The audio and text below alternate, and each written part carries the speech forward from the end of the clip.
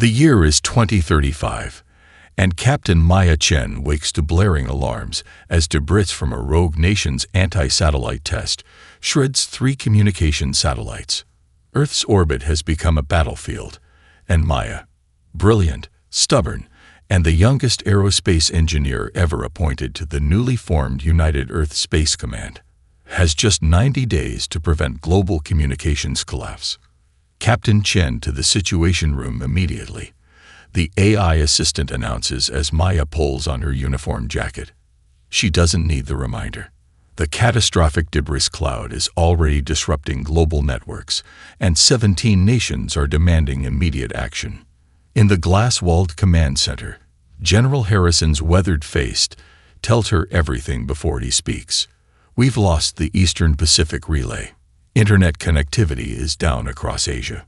Maya studies the orbital projection, the spreading debris field marked in angry red.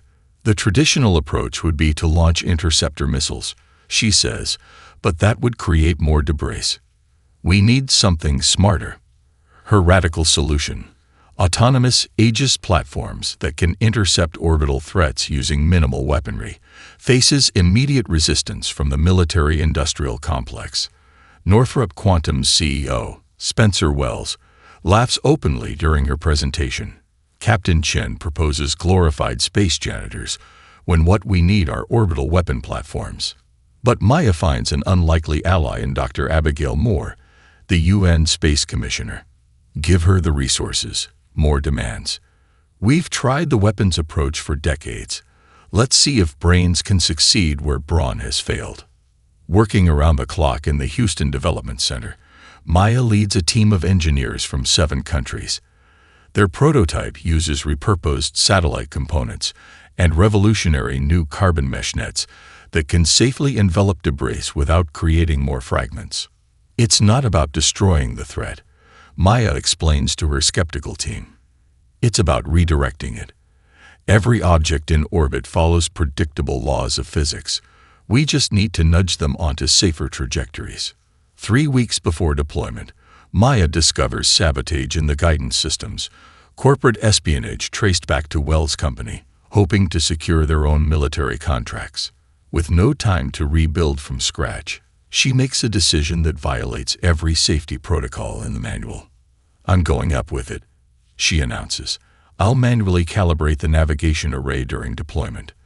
The launch proceeds during the worst solar storm in a decade, a calculated risk to avoid further delays. From the deployment bay of the International Space Station, Maya guides the first Aegis platform into orbit, her spacesuit's communication system crackling with interference as radiation bombards the station. Uplink failing, her engineer, Rodriguez, warns through the static. Navigation system is going dark. Maya makes the call instantly. I'm going EVA to adjust the receiver. Outside the station, tethered only by a safety line, Maya floats toward the prototype as streams of charged particles create aurora-like curtains around her. Working from memory, she reconfigures the system by hand, the space-grade tools clumsy in her gloved fingers. As she completes the final calibration, proximity alarms scream in her helmet. A debris cluster, remnants of a Chinese weather satellite, hurtles toward the nearby European research module housing 23 scientists. With communications to ground control severed by the solar storm, Maya becomes the system she designed, calculating trajectories in her head while redirecting the prototype. She manually fires the Aegis thrusters, positioning it between the station and the approaching debris. The prototype's carbon mesh deploys like a spider's web, capturing the fragments mere kilometers from impact. The research module is saved, but the sudden momentum change sends Maya spinning away from the station, her tether snapping under the strain. For 17 terrifying minutes, she drifts in the void, conserving oxygen until Rodriguez can maneuver a maintenance drone to retrieve her. Back on Earth, footage of the incident transforms orbital doctrine overnight. Maya's success establishes the first principle of human space combat: victory through innovation, not firepower. The UN Security Council unanimously approves full funding for a complete Aegis network. Today we didn't just clean up space, Maya tells the press, her face still bearing pressure marks from her helmet. We took the first step toward becoming responsible custodians of Earth's orbital domain. As the Aegis platforms multiply over the following months, creating safe corridors through the debris fields, no one yet realizes they've witnessed the birth of technologies that will one day protect humanity among the stars. Commander Elijah Okoye's breakfast on Lunar Base Armstrong is interrupted when proximity alarms shatter the relative quiet of the mess hall. His coffee sloshes over the rim of his mug as he bolts upright, tablet already in hand. "Sir," his executive officer, Lieutenant Keller, says breathlessly as she rushes in. Long-range sensors have detected an object decelerating toward Earth. Trajectory indicates controlled flight, but it's not one of ours. By 2047, humanity has outposts on Mars and mining operations in the asteroid belt, but nothing prepared them for first contact happening during Elijah's watch. He abandons his meal and strides purposefully toward the command center, the low lunar gravity making his movements seem almost casual despite the urgency coursing through him.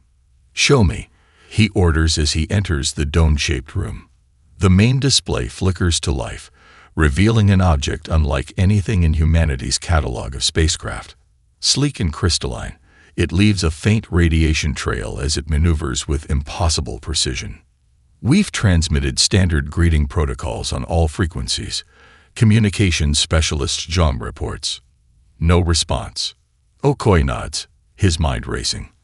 As former tactical specialist under Captain Chen's command during the Orbital Defense Initiative, he understands the precariousness of their position. Luna Base has no defensive capabilities beyond a small security detail. "Alert UNSC headquarters and request immediate diplomatic contact," he orders. "And wake up the mining ship captains. All of them." 6 hours later, Earth dispatches the USS Harmony, a diplomatic vessel carrying representatives from 12 nations.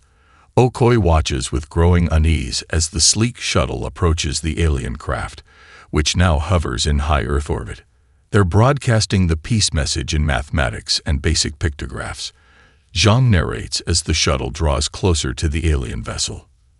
The command center falls silent as the Harmony extends its docking apparatus, a gesture of trust and welcome. For 3 heartbeats, nothing happens. Then a beam of concentrated energy lances out from the alien ship, vaporizing the Harmony instantly. 78 diplomats and crew vanish in a blinding flash. "My God," someone whispers in the stunned silence. Okoye's voice cuts through the horror. "Initiate plan misdirection. Now." With no dedicated military vessels, Okoye has secretly spent the past 6 hours preparing a contingency. 13 mining ships, ungainly industrial vessels designed to extract resources from asteroids, power up across the lunar surface. "All ships implement solar scatter protocols," he commands. The lunar mining vessels launch in staggered formation, their trajectories seemingly random and non-threatening. On board his commandeered vessel, the Rockhopper, Okoye addresses the hastily assembled crews, mostly civilian miners with minimal combat training. "We can't outgun them, but we might be able to outsmart them," he explains, displaying the plan on the bridge screens. These ships broadcast false sensor signatures to avoid asteroid collisions. We're going to use that technology to confuse their targeting systems. As the alien vessel moves to engage Earth's orbital defense platforms, the very Aegis systems designed by Maya Chen years earlier, Okoye's mining fleet executes a complex dance of electronic deception. Each ship projects multiple false signatures, creating the illusion of dozens of approaching vessels. While the alien craft sensors attempt to resolve these contradictory readings, 26 space-suited engineers launch from the mining ships in small maintenance pods. Using the confusion as cover, they approach the alien vessel from multiple vectors. "Deploy the sails on my mark," Okoye orders as the engineers reach their designated positions. 3, 2, 1, mark. Simultaneously, the engineers attach specially modified solar sails to the alien hull. Designed to unfurl instantly, These massive reflective sheets serve dual purposes, blinding the alien sensors and creating uneven solar pressure that disrupts the ship's stability. Disoriented and temporarily blinded, the alien vessel drifts into Luna's gravity well, exactly as Okoye calculated.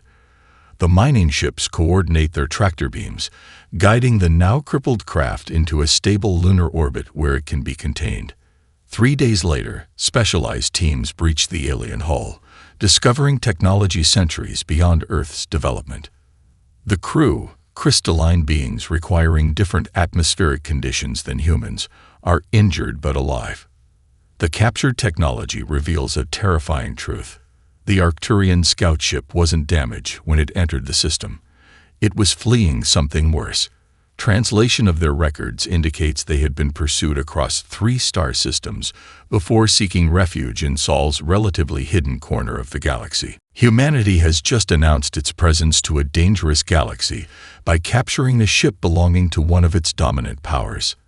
And somewhere out there, something hunts the Arcturians, something that might now turn its attention to Earth. We have 90 days. At most, Okoye tells the Emergency Security Council session. Either we prepare for war, or we become extinct. Captain Sofia Rodriguez can't tear her eyes from the tactical display showing 12 Arcturian warships against her single vessel. The UES Daedalus, humanity's first purpose-built combat ship, seems laughably inadequate against the armada that just emerged from the outer system. Distance to nearest enemy vessel, she asks, her voice steady despite the churning in her stomach. 800,000 kilometers in closing, Captain. Lieutenant Park replies from the sensor station. Their energy signatures are massive. 5 years after first contact, Earth has transformed captured Arcturian technology into something uniquely human. The Daedalus represents their best efforts, a hybrid of reverse-engineered alien tech and human ingenuity. Now it faces its trial by fire. Priority message from the Arcturian flagship. Communications Officer Diaz announces. Text only. The message appears on Rodriguez's console. Return our scout ship, and ki criminals who attack did. UAV setix. 8OURS or we reduces your orbital infrastructure to slag. They expected diplomats, Rodriguez muses, but they brought a battle group. Interesting contradiction. The ship's executive officer, Commander Hayes, leans closer to her station. Orders, Captain. We should alert the Aegis Defense Network. Rodriguez studies the tactical display, her mind racing through scenarios. The Aegis platforms, designed for debris and small-scale threats, would be overwhelmed in seconds by Arcturian weaponry. Her ship, despite its advancements, remains critically outgunned. Alert Earth to prepare for possible hostilities, she decides, but tell them to keep Aegis dormant for now, and set course for Jupiter. Hayes blinks in surprise. Jupiter, Captain. That's retreating. Rodriguez offers a tight smile. Sometimes you need to choose the battlefield, Commander. And I've been studying Arcturian shield configurations. They have a weakness, one they don't even recognize. The Daedalus accelerates away from Earth, its experimental drive creating a distinctive energy signature that practically screams for attention. As Rodriguez anticipated, the Arcturian vessels adjust course to pursue. They're following. Park confirms. All 12 ships. Good, Rodriguez says. They think we're running. She turns to her chief engineer. Fujita, remember those magnetohydrodynamic experiments we discussed? Time to implement them. Growing up in the floating cities of post-flood Miami, Rodriguez had spent her childhood fascinated by the interaction between electromagnetic fields and conductive fluids. That knowledge led to her theoretical modifications of the Daedalus shields, modifications never officially approved or tested. As the chase extends over 3 days, the Daedalus approaches Jupiter's radiation belts, among the most hostile environments in the solar system. Normally, ships give these regions wide berth. The radiation can fry electronics and kill crew members within minutes. All hands, prepare for radiation protocol. Rodriguez announces. Engineer Fujita. Activate the MHD shield modifications. The ship hums as additional power diverts to its shields, reconfiguring them to interact with Jupiter's intense magnetic field rather than resist it. The Arcturians, contemptuous of what they perceive as primitive human technology, maintain pursuit. They're broadcasting again. Diaz reports. Message reads, "Your attempts to delay are futile. Surrender now." Rodriguez ignores this, her focus entirely on the approach vector. Dive into the radiation belt on my mark. Mark. The Daedalus plunges into the maelstrom of charged particles surrounding Jupiter. Warning alarms blare across the bridge as radiation levels spike, but the modified shields hold, actually strengthening as they interact with Jupiter's magnetic field. Arcturian vessels still in pursuit, Park reports, disbelief in his voice. Their shields are fluctuating. On the tactical display, the first Arcturian ship's signature flares brightly, then destabilizes. They're standardized shields, designed for combat, not extreme natural phenomena, begin failing catastrophically in the intense radiation. They'd never adapted to environmental warfare, Rodriguez realizes aloud. They build ships to fight other ships, not to survive hostile space. Within minutes, 4 Arcturian vessels lose power completely, drifting helplessly in Jupiter's gravitational pull. 3 more manage to retreat, their systems critically damaged.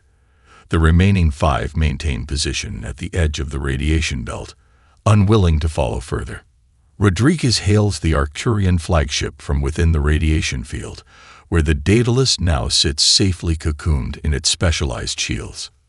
"This is Captain Rodriguez of Earth. I believe we should discuss more reasonable terms." The negotiations that follow reveal the disturbing truth. The Arcturians weren't conquerors but refugees. Something has been systematically destroying their worlds. 17 planets lost to a force they call the Scourge. Their aggression toward Earth stemmed from desperation, not malice. As the Daedalus escorts the damaged Arcturian vessels back toward Earth, Rodriguez sends a priority message to UNSC headquarters. The galaxy is more dangerous than we imagined. We've just made powerful allies, and possibly even more powerful enemies. Dr. Jasper Kim stares through the observation dome at Pluto's moon Charon, now barely recognizable after 3 years of construction. His quantum propulsion theories had been ridiculed at MIT, dismissed as career suicide by peers, and rejected by every aerospace publication. Yet Admiral Maya Chen had seen potential where others saw impossibility. "Quite a view, isn't it?" Chen asks, joining him at the viewport. Her hair now shows streaks of gray, though her eyes remain as sharp as when she pioneered the Aegis system 15 years earlier. "I never thought I'd actually see it built," Kim admits, gesturing at the massive scaffolding extending from Charon's cratered surface. By 2060, humanity has transformed this distant moon into a camouflaged shipyard where theoretical physics takes physical form.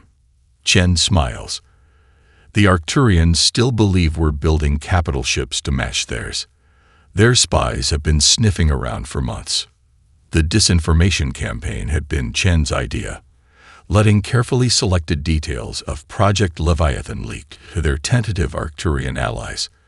The fabricated plans showed massive warships that would theoretically match Arcturian firepower, keeping their attention focused on the obvious while the real breakthrough developed in plain sight. Security breach in Sector 7. The Station I announces suddenly. Unauthorized access to propulsion schematics detected. Chen sighs. Right on schedule. Let them take their bait.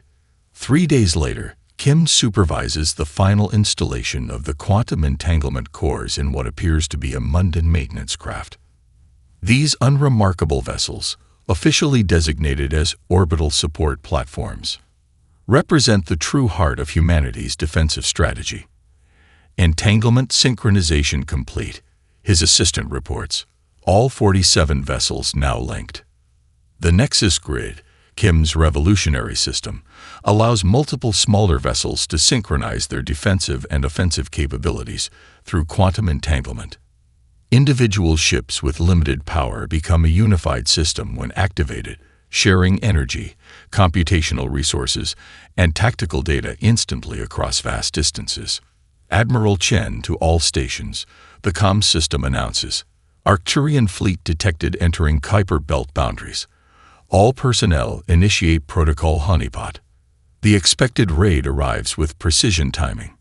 7 Arcturian warships materialize near Charon, weapons-powered, clearly expecting to find Earth's nascent fleet vulnerable during construction. Instead, they target the massive, obvious shipyard structures, only to have their vessels suddenly surrounded by hundreds of seemingly insignificant maintenance craft that rapidly arrange themselves into a precise three-dimensional formation. From the command center, Chen orders, "Activate Nexus Grid." Kim watches as his theories transform into reality.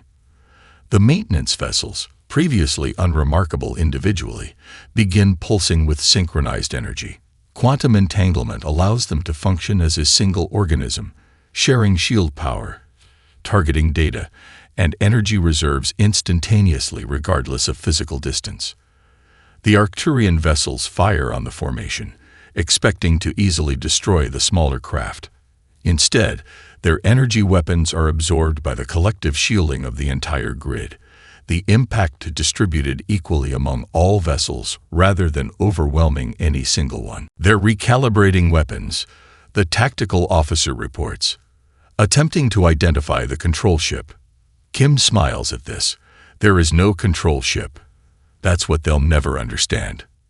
Unlike hierarchical Arcturian battle groups, the Nexus Grid operates as a true network, decentralized, adaptive, with no single point of failure. When several maintenance vessels are destroyed, the network simply reconfigures, maintaining integrity. The battle ends before it truly begins, as the Arcturians recognize a tactical paradigm their military doctrine has no counter for. Their fleet withdraws to a safe distance, weapons powered down in the universal signal of non-aggression. "Open a channel," Chen orders. The Arcturian commander appears on screen, crystalline features arranged in what humans have learned to recognize as confusion. "Your deception was unexpected," the alien acknowledges. "These are not the weapons we were led to believe you were developing. Consider it a demonstration." Chen replies diplomatically. "While other species build bigger ships, humans make our existing resources work together in ways no one expects." In the aftermath, footage of maintenance vessels forming a shield wall around Earth's outer colonies becomes the recruitment video that draws millions into humanity's rapidly expanding space force. The Arcturians, initially offended by the deception, come to respect the ingenuity behind it. Kim's innovation reveals humanity's signature advantage: coordination rather than raw power. As humanity prepares to face the approaching scourge, this philosophy will form the bedrock of their defensive doctrine. They'll adapt to this tactic eventually, Kim warns Chen as they review the battle data. "Of course they will," she agrees, "which is why we're already working on the next evolution. The scourge won't face the same defense twice." Commander Tariq Hassan smiles at the holographic projection of his daughter, her gap-toothed grin beaming from the communications terminal of the UES Poseidon. "Did you like the birthday present I sent, Amira?" he asks, treasuring these moments despite being stationed near Jupiter's moon Europa, millions of kilometers from Earth. "I love it, Baba." The moon rocks glow when her image freezes, then dissolves as proximity alarms shatter the peaceful moment. Multiple unknown contacts emerging from fold space, Lieutenant Wilson reports, voice tight with tension. "Configuration matches Scourge vessels. Commander, 27 signatures and counting." The Scourge, the biomechanical entities that drove the Arcturians to flee, have launched their first attack on Jupiter's moon Europa, home to 50,000 civilian researchers and miners. Hassan commands just 6 medium-class vessels against an overwhelming force. Time to complete civilian evacuation. Hassan demands, already moving to the tactical station. Minimum 3 hours for full evacuation of the subsurface colonies. Wilson answers. Standard doctrine recommends immediate retreat given the force disparity. Hassan studies the tactical display, the approaching Scourge fleet represented by angular red icons. Their vessels, part technological, part biological, move with unsettling precision, already deploying into attack formations. We're not abandoning those civilians, he decides. Initiate combat protocols and alert all ships. We stand our ground. As his officers prepare for what seems like certain defeat, Hassan's mind races back to his childhood in Alexandria, Egypt. He remembers diving beneath the surface of the Mediterranean, watching tourist boats pass overhead, oblivious to his presence once he submerged. Lieutenant, what's the thickness of Europa's ice crust at the colony location? He asks suddenly. Approximately 5 kilometers, sir. Why? A plan crystallizes in Hassan's mind. Unorthodox, possibly suicidal, but the only option that might save the civilians below. All vessels, this is Commander Hassan. Implement Hydra Protocol immediately. The protocol, named for the many-headed serpent of mythology, had been a theoretical exercise developed during training simulations, never tested in actual combat. It requires dividing their small fleet into independent units operating with minimal communication to avoid detection. Sir, Wilson questions, Hydra Protocol isn't authorized for. Europa isn't just our battlefield. Hassan interrupts. It's our advantage. Those biomechanical ships are designed for vacuum. Ours are not. What follows is a desperate scramble as engineers modify the ship's external shields to withstand pressures they were never designed for. Human vessels, unlike their alien counterparts, had been constructed with versatility as a core principle. All ships, on my mark, full dive into Europa's subsurface ocean. Use entry points at these coordinates. Hassan transmits the locations, places where natural fissures in Europa's ice allow entry while minimizing structural damage to the ships. As the Scourge fleet enters weapons range, the 6 human vessels dive like dolphins into the moon's ice crust, using focused energy beams to melt access tunnels into the vast subsurface ocean beneath. The Scourge, confused by the disappearance of their targets, find themselves in an unprecedented tactical situation. Their sensors, designed for vacuum, struggle to penetrate the kilometers of ice and liquid water. Beneath Europa's surface, Hassan's ships navigate through the pitch-black alien ocean, using passive sonar to track the movement of Scourge vessels overhead. The water, kept liquid by tidal heating from Jupiter's gravitational pull, becomes their shield and their weapon. Scourge vessels have deployed in standard search pattern, the sensor officer reports. They're focusing on the evacuation ships. Poseidon will surface here. Hassan designates a point directly beneath a cluster of Scourge ships. Remaining vessels hold position and prepare for coordinated attack. The human vessel rises silently through the ice, sensors detecting the precise thickness remaining. When only meters of ice separate them from vacuum, Hassan gives the order. Full weapons discharge, concentrated point. The Poseidon's energy weapons fire simultaneously, superheating the ice above them. The sudden phase change from solid to gas creates an explosive decompression, launching ice shards with devastating force into the unsuspecting Scourge vessels hovering above. Before the aliens can respond, the Poseidon disappears again beneath the surface, already moving to another attack position. Across Europa's frozen surface, the scenario repeats as human ships surface at unpredictable locations, strike from below, then vanish again into the protected environment of the subsurface ocean. The Scourge, programmed for traditional space combat, find their tactical algorithms failing against this guerrilla approach. Their superior numbers become irrelevant as they cannot bring their full force to bear against targets they cannot locate. Hassan's ships suffer terrible damage during the 3-hour battle. 2 vessels are lost completely, their sacrifice buying time for the civilian evacuation ships to escape Jupiter's gravity well. When the last evacuation ship signals its successful departure, Hassan orders his remaining vessels to implement their final maneuver, a synchronized surfacing that creates a massive ice geyser, disrupting the remaining Scourge ships long enough for the human vessels to break orbit. His post-battle analysis establishes a revolutionary understanding. While other species conceptualize space combat in terms of air warfare, humans instinctively approach it as three-dimensional naval strategy, a perspective that will repeatedly confound alien tacticians. "We didn't win because we were stronger," Hassan tells his surviving crew as they limp back toward Mars. "We won because water taught us to think differently about space long before we ever left Earth." The UES Odyssey exits Fold space with a thunderous crack of displaced energy, its massive silhouette casting long shadows across Proxima Centauri's planetary system. Admiral Elijah Okoye, his hair now gray from 20 years of space combat, stands transfixed by the real-time visuals of humanity's first interstellar military expedition. Transition complete. "Admiral," his executive officer reports, "all systems nominal. The fleet has emerged intact.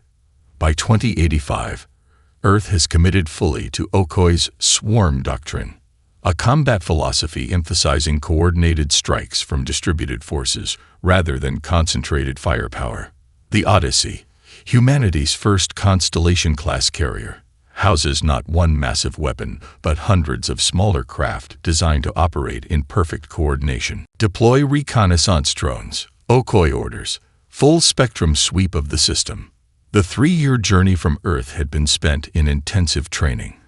Within the Odyssey's cavernous flight decks, pilots and tactical officers had drilled endlessly in combat formations inspired by Earth's apex predators, wolf-pack harassments, shark-feeding frenzies, and most devastatingly, the murmuration patterns of starlings that allow hundreds of small craft to change direction instantly without central coordination. Long-range sensors detecting artificial structures on the fourth planet, the sensor officer announces. Energy signatures consistent with Scourge technology. Massive concentrations. "Sir, this appears to be a staging area." Tactical displays reveal the scope of their discovery. A Scourge armada under construction, clearly intended for an assault on the Sol system. Intelligence provided by Arcturian allies suggested they had perhaps 2 months before this fleet would be operational. "They don't know we're here," Okoye realizes, studying the unaltered patterns of Scourge activity. The Fold space technology, reverse-engineered from captured vessels, had given them the element of surprise, something almost unheard of in interstellar warfare. "Prepare all squadrons for deployment," he orders. "Implement Operation Murmuration." Within the carrier's launch bays, pilots climb into their craft, vessels small enough to be considered insignificant by traditional military doctrine, but deadly in their connection to the collective. Each carries minimal weaponry, but sophisticated communication systems that maintain quantum entanglement with the entire formation. "Remember your training," Okoye addresses them through the command channel. "Individual glory is meaningless. The pattern is everything." The launch begins, not as a typical military deployment, but as a choreographed release of squadrons in seemingly random sequences. To an observer, it appears chaotic, almost haphazard, until the vessels begin to coalesce into flowing, organic formations that constantly reshape themselves. Scourge defense systems activating. Tactical reports. "They've detected us." Okoye nods calmly. As expected, implement Phase 2. The human swarm suddenly fragments into dozens of smaller formations, each following unpredictable vectors toward the Scourge staging area.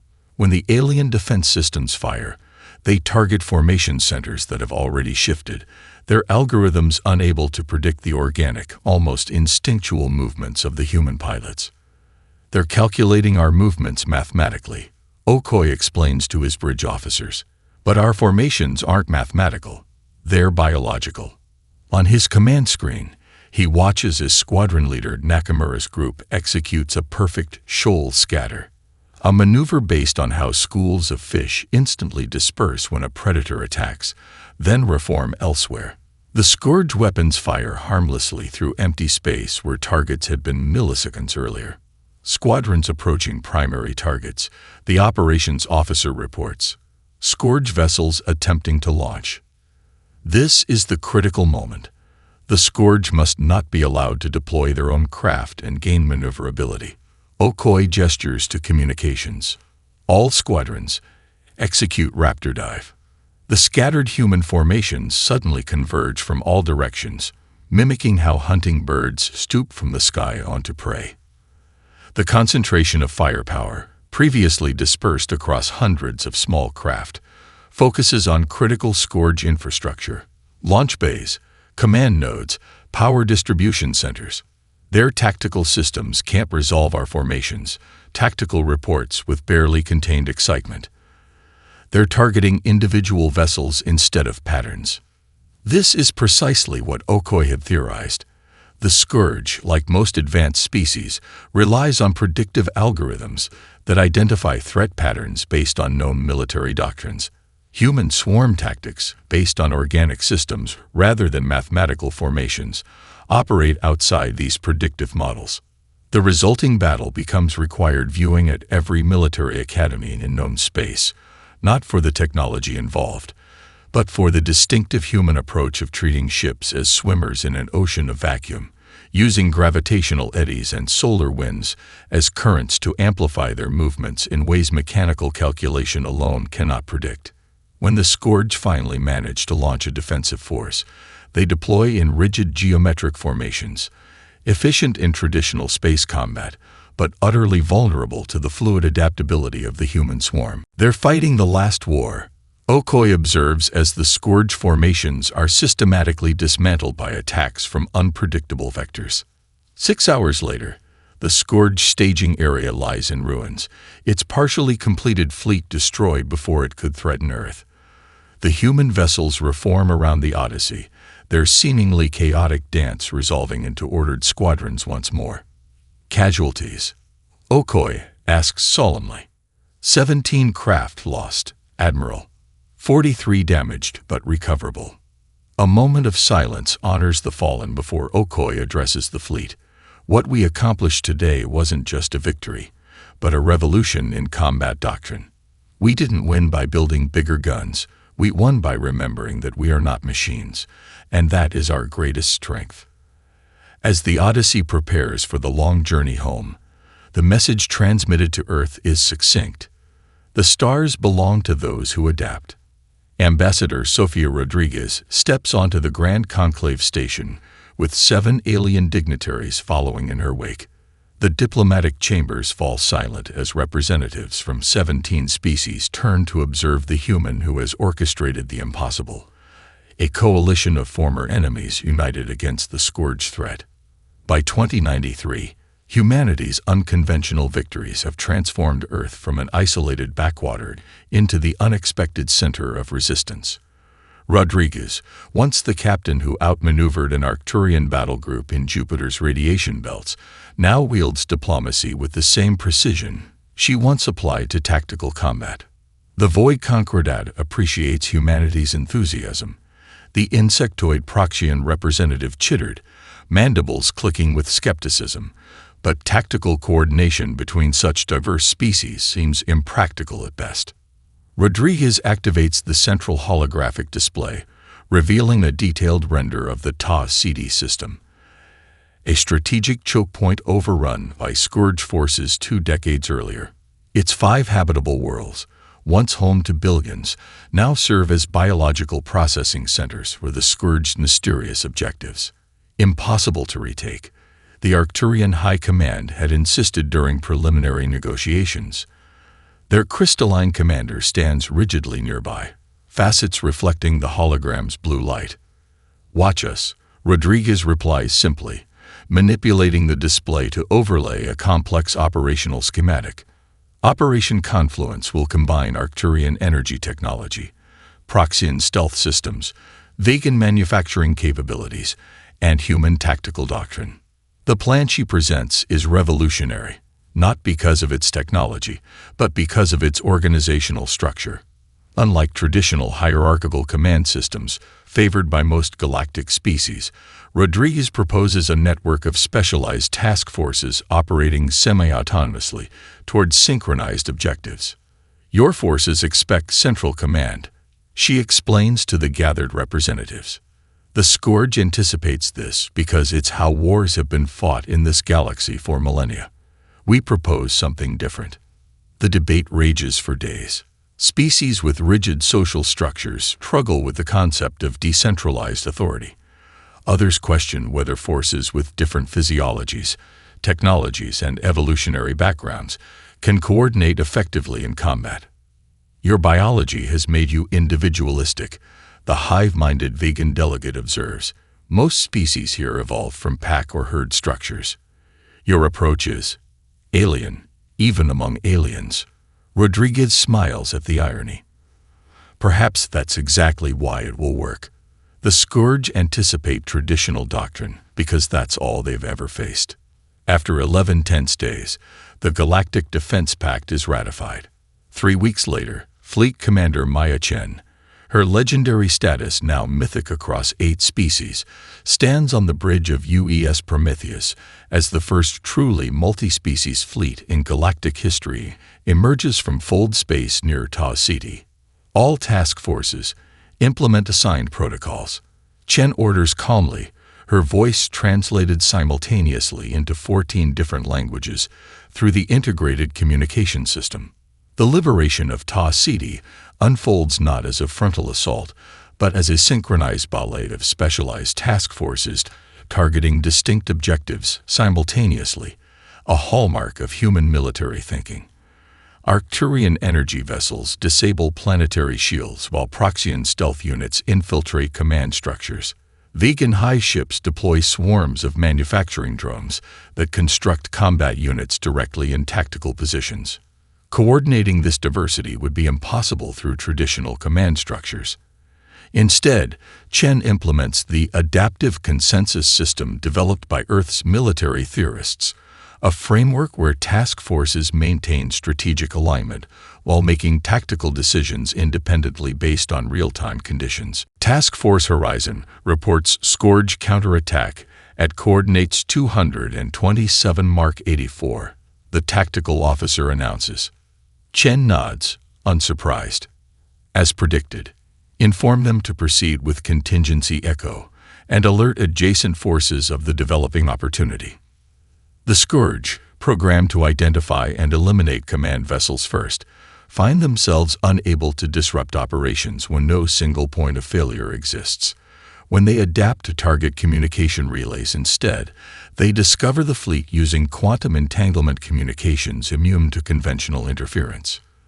The beauty of this approach, Chen explains to her multi-species bridge crew, is that it creates a tactical environment the Scourge cannot map. Every response generates new configurations they haven't encountered before. When the Scourge command node falls intact into Alliance hands, an unprecedented achievement. Xenobiologists make a startling discovery. The Scourge aren't truly sentient, but biological automatons created by an ancient species as weapons. Their programming, though sophisticated, responds to recognized patterns and follows predetermined decision trees. This changes everything. Rodriguez states during the emergency council session following the discovery, "We aren't fighting a species, we're fighting a program that's never been updated to account for human tactical thinking." This revelation fundamentally alters the nature of the war and cements humanity's central role in the Alliance. The Pact's technical specialists begin developing countermeasures that exploit the rigid programming of the Scourge, creating battlefield conditions their algorithms cannot process. As representatives from across the galaxy tour the captured command node, Chen stands before a tactical display showing Pact forces continuing to liberate the tenacity worlds. "We didn't succeed because our weapons were superior," she tells a young Arcturian cadet who questions how such a young species achieved what older civilizations could not. "We succeeded because we approached the problem differently. Your people have fought the same way for 10,000 years, perfecting techniques, but never questioning their fundamental assumptions. The cadet's crystalline features shift in what Chen has learned is thoughtful consideration. And humans. Chen smiles. We question everything. It makes us terribly annoying as allies, but apparently quite effective as warriors. As the Pact consolidates its first major victory, strategic planners already examine the captured Scourge programming for exploitable weaknesses. Humanity's role has evolved from defenders of a single world to architects of a new form of interstellar warfare, one where adaptation overcomes raw power and diversity becomes strength rather than weakness. The evolution of human space combat. Part 8. The Ascension Class Revelation.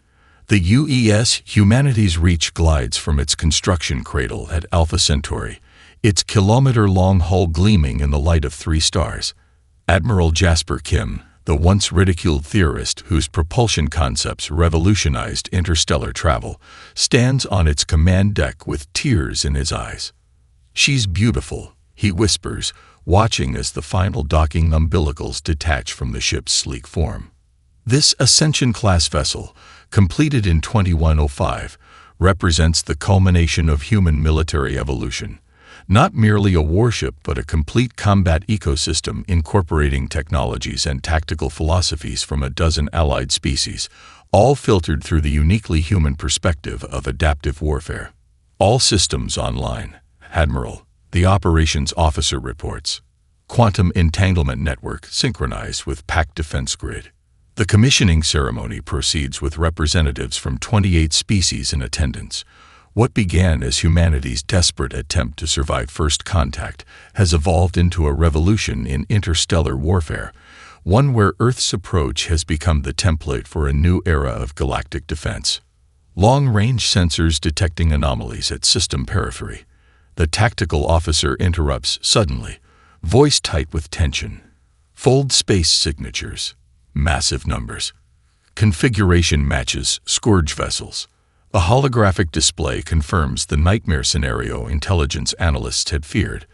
300 Scourge vessels on direct course for Earth in what appears to be their final desperate offensive.